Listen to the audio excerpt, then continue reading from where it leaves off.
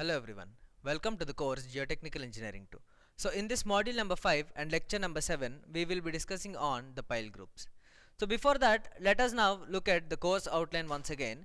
So initially we have discussed what do we mean by a pile foundation, and then we have understood what do we mean by the load carrying capacity, okay, and some of the concepts related to the load carrying capacity. Later in the previous lecture we have discussed what do we mean by pile load test, and here this term efficiency, okay, this we will try to learn in this particular topic related to the group piles, okay. And later we will be understanding the settlements. However, we have understood what do we mean by the negative skin friction for a single pile, and in the upcoming lectures we will learn about the well foundation, which is another type of deep foundation, okay. Now, so here group action in case of piles, that means a pile is generally not used singularly beneath a column or a particular wall. That means if you consider any column of a particular building, so below that column exactly it is very much difficult to construct a pile, okay. So in such case it is extremely difficult to drive it vertically below, okay, just below the column it is very much difficult. So in such instances what we will do, we will try to construct the pile with some eccentricity to the column, okay. That means some eccentricity is actually used.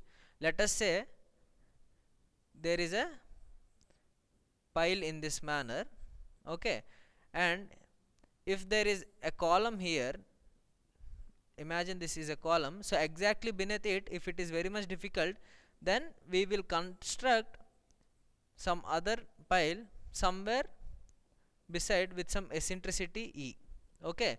So in such case eccentricity may be used, but because of such type of construction there may be some structural failure because of this eccentricity, because the structural load that is coming onto the foundation is now distributed at some eccentricity, okay. So in such case there may be structural failure, okay. So in actual practice, however, these loads, whatever structural loads that are coming, these structural loads are supported by a group of piles. So that is why these structural loads, considering the failure of with respect to eccentricity, now these are considered as a group of piles. So if you look at this particular diagram here, okay, this is the Q gross that is coming, net load that is coming onto the pile foundation. So if there is any pile that is placed with a single pile cap, okay, with a single pile cap with a beam sort of arrangement, okay, imagine there is a small surface, okay, there is a small surface, and below that there are piles here, okay, n number of piles in a certain order. So that means these piles which are as acting as a group are attached to a single surface sort of arrangement, then that surface sort of arrangement is known as a pile cap, okay, it is known as a pile cap, okay. That means the load is distributed from the structural members to this pile cap, and then to the pile, and then to the end bearing stratum, okay, end bearing, imagine there is some end bearing stratum here, okay, up to that level piles are generally driven, clear. So the load carrying capacity is generally taken as the sum of the capacity of the group of individual piles. So in a particular group, if I have to find out the ultimate bearing capacity, so it is considered as the summation of the capacity of individual piles in that particular group. And the efficiency here, so as we have discussed, efficiency means the performance of a particular pile, okay. So it is defined here for the pile group, the efficiency of a pile group, it is defined as the ratio of ultimate load of the entire pile group to the ultimate load of a number of individual groups. That means it is defined as eta, okay, efficiency is defined by eta G, so it is given by QU gross, okay, of the entire group of piles divided by N QU, that is QU is the ultimate load carrying capacity of the individual pile, okay. So this is given as the pile group efficiency. Clear?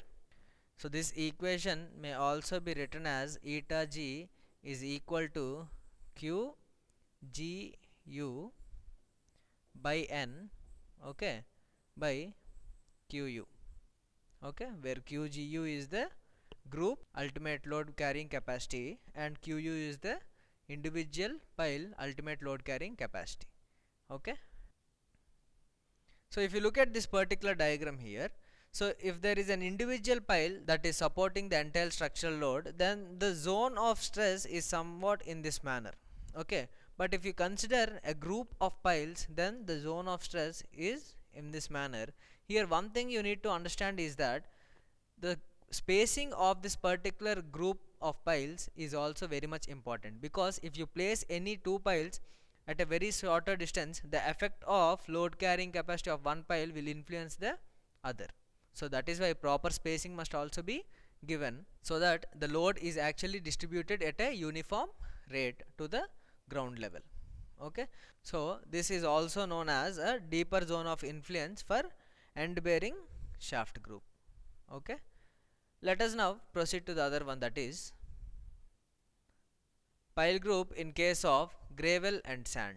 Okay, that means in case of such type of cohesionless soils, generally the pile group efficiency is very much large, and in this case, as it is moving through the cohesionless soil, the pile is driven through the cohesionless soil, so obviously the soil as well as the pile will try to move together, since the bond between sand particles is comparatively less as compared to that of the cohesive soil. Okay, so because of the driving force, these tend to move together. So in this case, let us try to understand the different expressions for different types of piles, that is end bearing resistance pile, frictional pile and board pile. Okay, so we have three different types. So what do we mean by this end bearing pile? That means this entire load coming from the structure is transferred from the pile to the end bearing soil, and the tip of the pile is actually taking the major load. And if you consider the frictional piles, that means the surface frictional resistance of the pile is trying to resist the structural load. And board pile means these are actually cast inside, where a borehole is initially dug and then the concrete is poured and the pile is actually constructed. So we will look at the different expressions for this case. Now let us look at this end bearing resistance. So in case of end bearing resistance, in general the spacing we provide is generally 3b, okay, 3 times the width of the pile, okay, or even greater than 3 times b, okay, depending upon the necessity. And the group efficiency, that means the group efficiency of such type of piles is represented by qg, and it is given as n into qu, that means the summation of the individual pile load carrying capacity. Okay, and coming to the frictional piles, okay, here the group efficiency, if we represent, is generally obtained in case of frictional piles. Okay, so we know that the group efficiency is qgu by n qu. Okay, so if it has to be represented as a percentage, it is multiplied by 100. So in this case, this qu by n, okay, for frictional piles, so this is represented by fs into pg into d by fs into pd, okay, for the individual group into n. Clear? So this is multiplied by 100. Okay, here fs is the skin frictional resistance of the pile, or the unit frictional resistance of the pile, and d is the length of the particular pile. Okay, generally we represent the length by L, however it is represented as d here. So d is the length of the pile, and here pg is the perimeter of the block. Okay, so if you consider this as a block, okay, this as a block,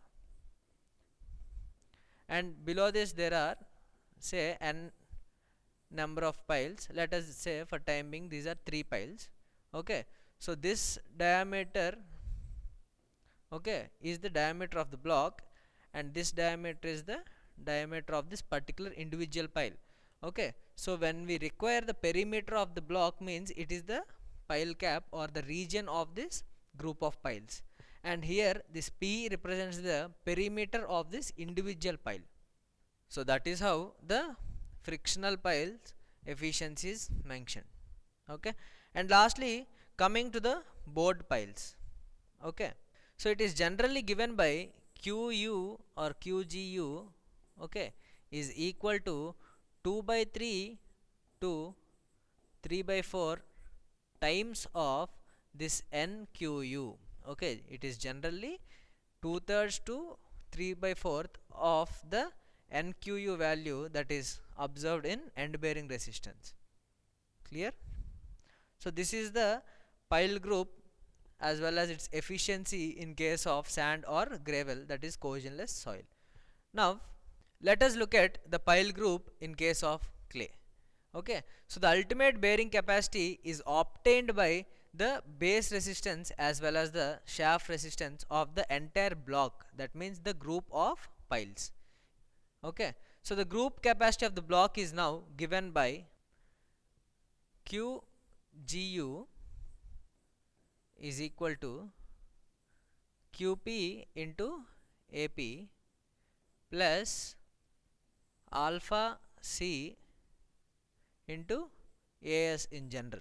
Okay, so this is the general expression what we know, but in this case of group piles, here this AP is represented by AG.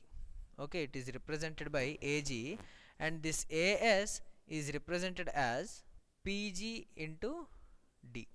Okay, so this equation is rewritten by QP AG plus alpha C into PG D. Okay, so this is the expression for Q group. Okay, the group capacity is given by QP into AG plus alpha C PG into D. Okay, now this alpha, okay, is nothing but the addition factor. It is generally equal to 1 in case of 1.0 in case of our saturated clay. Okay, whenever the clay is saturated, this value can be taken 1.0. Okay, however, apart from that, we can also obtain the individual efficiency of the group. Okay, the individual efficiency QU of the group of the individual pile from QP AP plus alpha C into P into D. Okay, individually we can obtain this, and from these two we can write down QGU as N into QU. Okay, individually we can also use this expression by finding out the individual group efficiency of the pile. Okay, so here I have listed the settlement in case of the pile groups. That means normally for a particular pile we may observe the settlement, but in case of a group of piles, okay, we will understand how the settlement will generally vary. So this settlement in case of group of piles may either be due to the elastic shortening of the piles. Okay, it may be due to the elastic shortening of the piles or due to the supporting piles. That means whatever supporting piles that are there in a group, okay, so because of the settlement of one pile in a group may also lead to the settlement. Okay, so here the pile group that is there, this generally, if you try to understand the mat foundation in case of shallow foundations, what we have understood, so it is similar to that of a single large deep foundation that is laid. Okay, it is similar to that of a single large deep foundation that is laid, and the total load in this case is assumed to act at a depth of 2 by 3 of the pile length. Okay, that is in case of the frictional piles. That means in case of frictional piles, okay, the depth at which it is acting is equal to 2/3 the pile length. Okay, But in case of end bearing piles, it is generally considered that it acts at the tip of this particular pile. Okay, tip of this particular pile. So in other sense, when there is a combination of these end bearing pile as well as frictional pile, okay, so we have to consider both. Okay, we have to consider the effect of frictional pile, which is acting at 2/3 from the base, and the end bearing resistance, which is acting at the tip. Okay, so both have to be considered. So in case of settlement, okay, the settlement in case of this pile group is generally observed with the help of the compression character of the soil. Okay, that means using the compression characteristics of the soil, the settlement can be understood. So in case of the clayey soils, generally laboratory tests are sufficient to understand the settlement. However, in case of cohesionless soils, empirical relations were given. Empirical correlations were given to understand the effect of this settlement. Clear? Let us try to understand these two more in detail now. Okay? Now, so let us look at the cohesionless soils in case of empirical correlations, Skempton's method and Meyerhoff's method. Okay? So in case of the Skempton's method, okay, he has published some sort of curves considering the width of the foundation on the x-axis and the values of Sg by S0. That means the settlement of a group of piles to the settlement of individual pile. So he has given this particular graph. So depending upon the width of foundation, the values of this Sg by S0 can be taken from this particular graph. Okay, so kindly refer to the textbook for this particular graph. And in case of the Meyerhoff's methods, he has given some empirical expression for settlement of this pile group, and it is given by 9.4 q into root over bg into I by n, where n is the corrected standard penetration number and I is the influence factor that we know, and bg is the width of the pile group. Okay, width of the pile group here. So we know how to evaluate the value for influence factor, and here the term Sg is also given by q into bg into I by 2 qc. Okay, so it can also be evaluated in this expression. Okay, so now coming to the other concept, that is related to clayey soils. So this clayey soils can be obtained from the laboratory test. The settlement in case of clayey soils, the settlement in case of clayey soils is obtained using the consolidation settlement. Okay, consolidation settlement. Okay, that means whatever consolidation, that settlement that we have learned in consolidation, okay, that can be applied for this clayey soils. So what is the consolidation settlement that we have? First one is the initial settlement, initial settlement, and the other one is the consolidation settlement.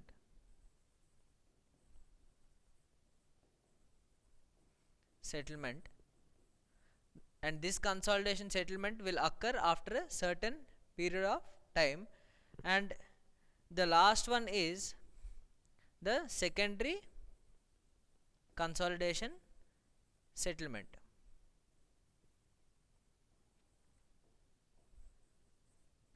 And this settlement will generally occur after a period of time. Okay, that means it may occur after a certain period of time. Okay, now, so in the upcoming lecture we will try to discuss the last topic that is there in deep foundation, that is introduction to well foundations. Okay, so I hope you have understood very well. Thank you very much. Have a nice day.